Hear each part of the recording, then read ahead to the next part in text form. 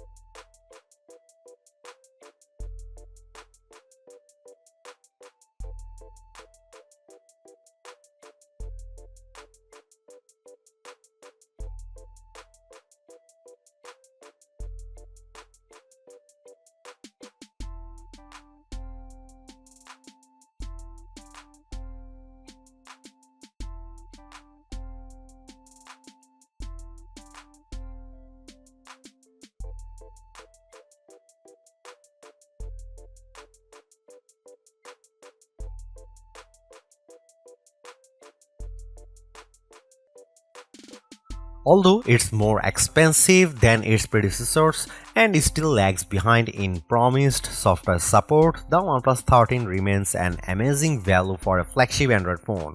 While it's entirely possible that the Galaxy S25 series appears within just few weeks and changes the game, the current closest competitors specs-wise for the OnePlus 13 all cost more, and equivalently priced models all lack in one or more areas compared to the new OnePlus. The large feature-packed display, awesome battery life, and clever new software features are things we have seen from OnePlus before, but it's the improved cameras that are the OnePlus 13's crowning achievement.